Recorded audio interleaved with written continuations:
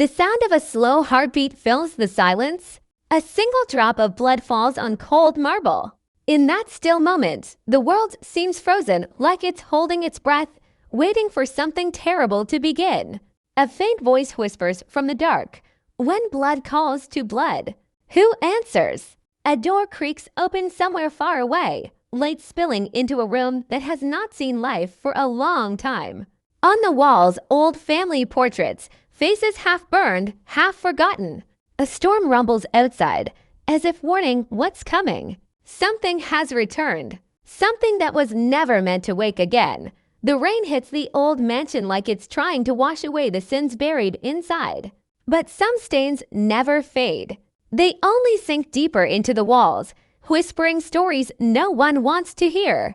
The house stands silent now, the same house where screams once echoed, where secrets were sealed with blood, and where promises were broken long before the first season ended.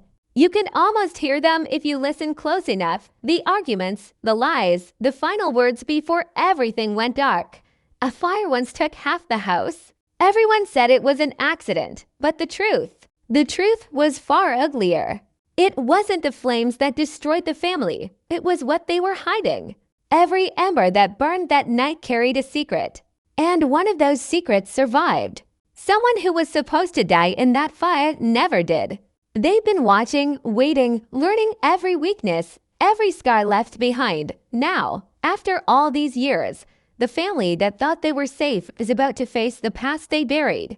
The letter arrives first, no name, no address, just a red fingerprint sealing it shut.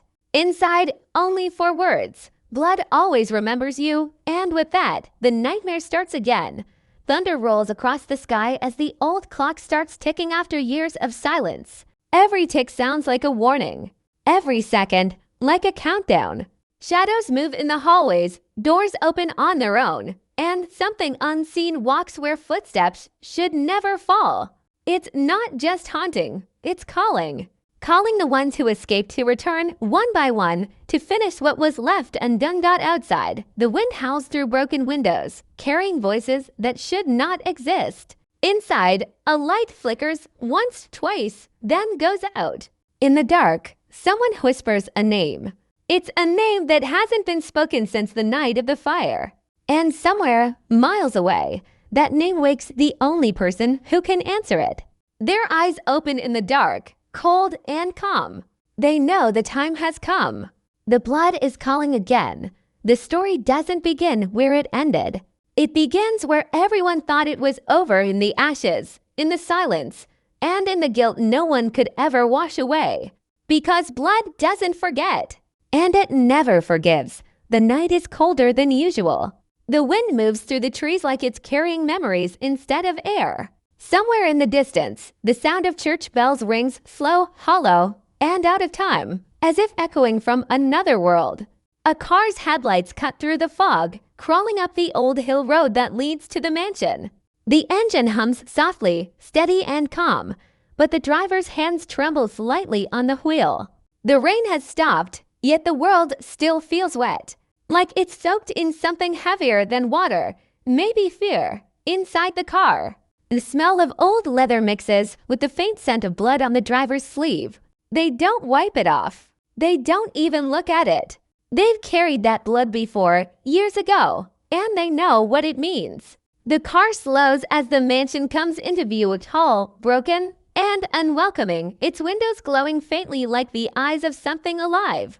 The driver takes a deep breath and steps out. The ground squishes underfoot, mud mixed with rain and ashes. Every step toward the door feels like walking back into a nightmare that never ended. The house recognizes them. The moment they cross the threshold, the air shifts. The candles flicker, though there's no wind. The old clock, silent for years, starts ticking again.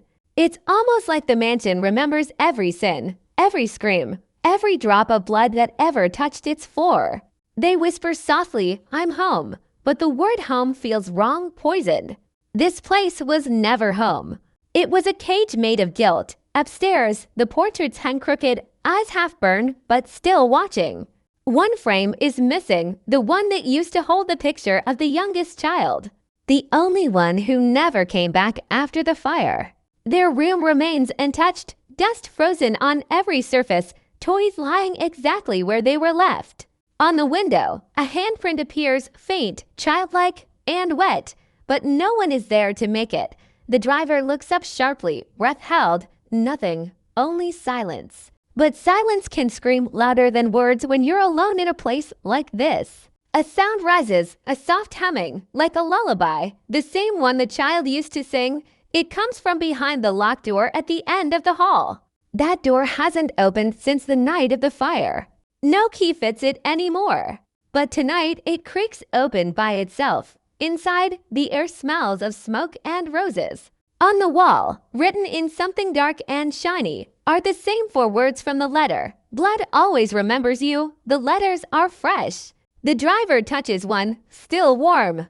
They back away slowly, heart pounding, eyes scanning the room.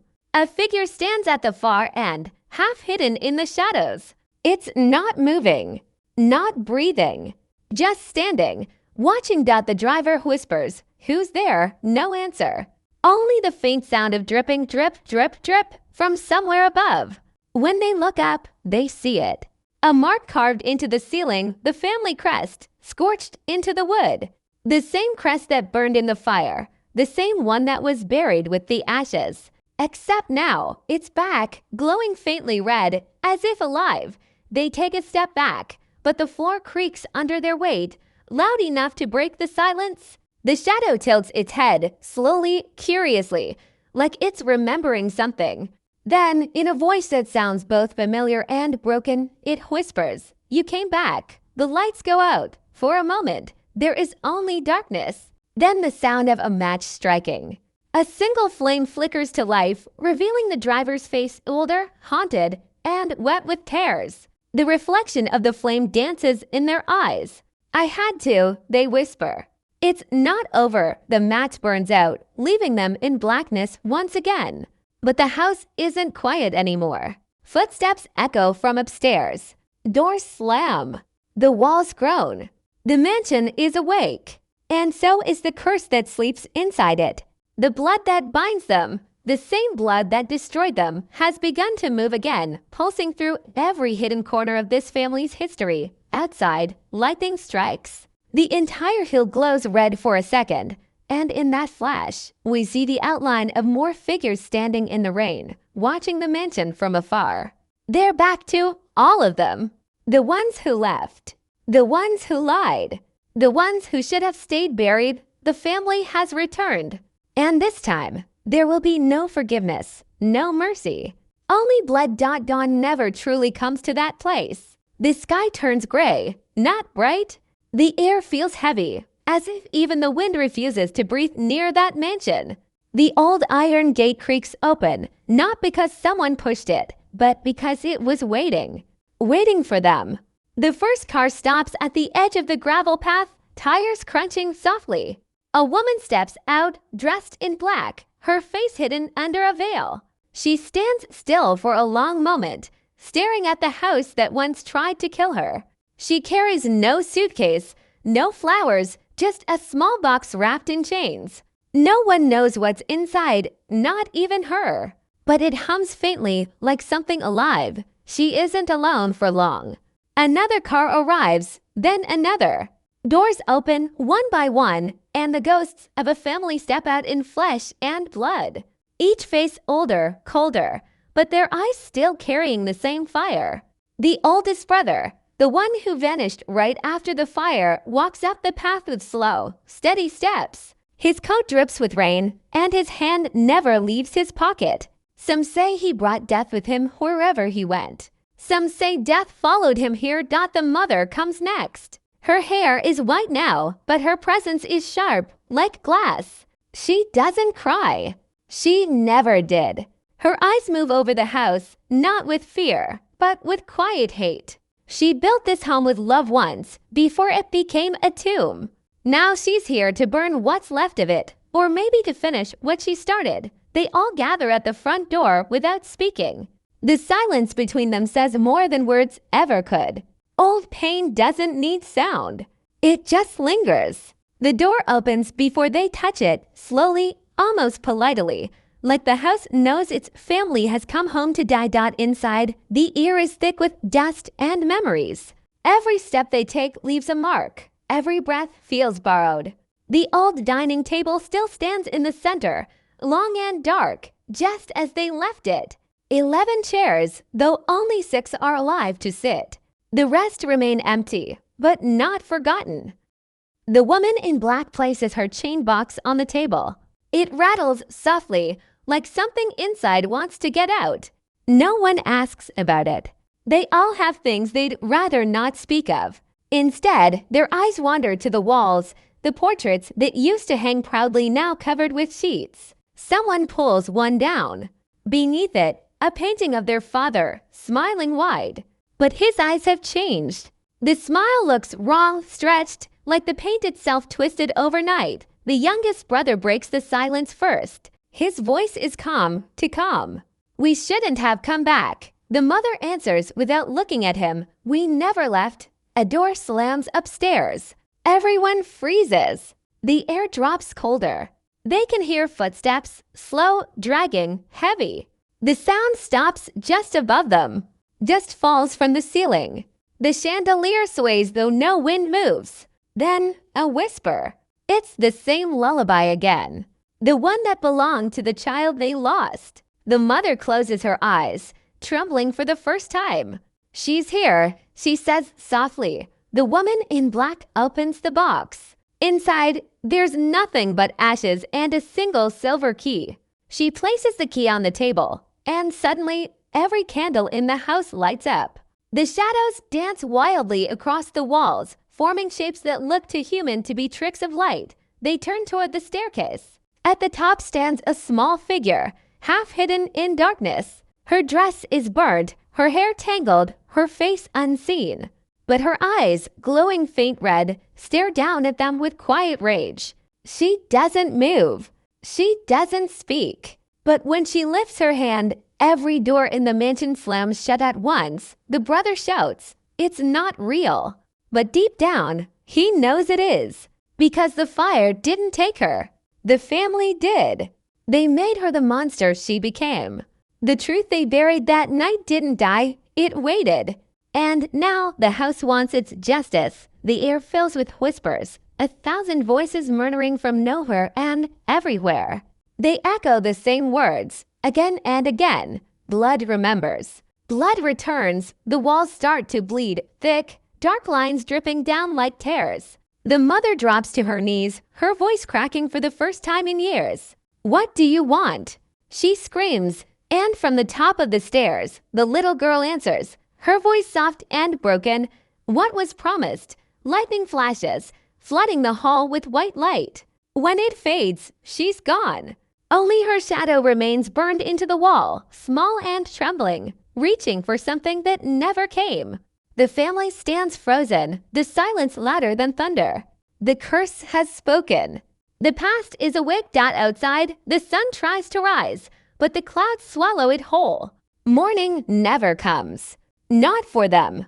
Because once blood remembers, it never forgets again. The house is no longer quiet. It breathes now, slow and deep, like something alive beneath the walls. The air hums with a low vibration that feels like a pulse. Every candle burns brighter, casting long red shadows that crawl across the floors and ceilings like veins. The family stands together, but they aren't a family anymore. They're fragments, pieces of guilt stitched together by fear. No one speaks. No one dares to. The house is listening. The youngest brother stares at the wall where the little girl's shadow remains burned. "It's her," he says softly, voice cracking. "She's not gone." The mother shakes her head, trembling. "We buried her," she whispers. "We watched her burn, but deep down, they both know the truth. Not everything buried stays dead. The fire took her body, not her blood." Suddenly, the floorboards begin to creak, one by one, like footsteps moving underneath them. The chandelier swings violently, glass shattering across the table. The box the woman in black brought bursts open, chains snapping like brittle bones. From inside, thick red smoke pours out, swirling through the air. The key melts into nothing. The smoke shapes itself into the faint outline of a child's form, faceless, trembling, and whispering. Her voice echoes through every corner of the house. You promised you'd never leave me. The mother falls to her knees, tears mixing with dust. We didn't leave you, she cries. But the voice answers, cold and sharp, you forgot me. The walls start to bleed again, more violently this time. The portraits of the family drip red, their painted eyes melting, turning to black holes. Every light flickers and then dies, leaving only the red glow from the blood running down the walls. The oldest brother slams his fist on the table, shouting, enough. It's not real.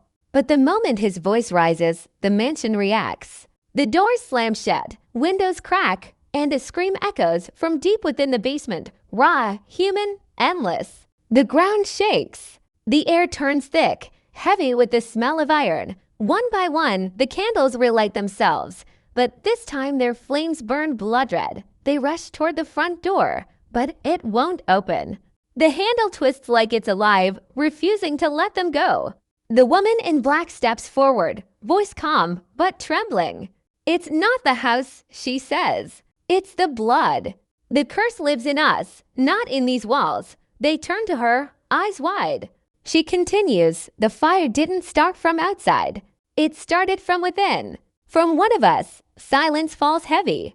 Every heartbeat echoes in the dark. The truth they've avoided for years begins to surface like a corpse rising from deep water. The mother looks at her hands, shaking. I tried to save her, she whispers, but she wouldn't stop screaming.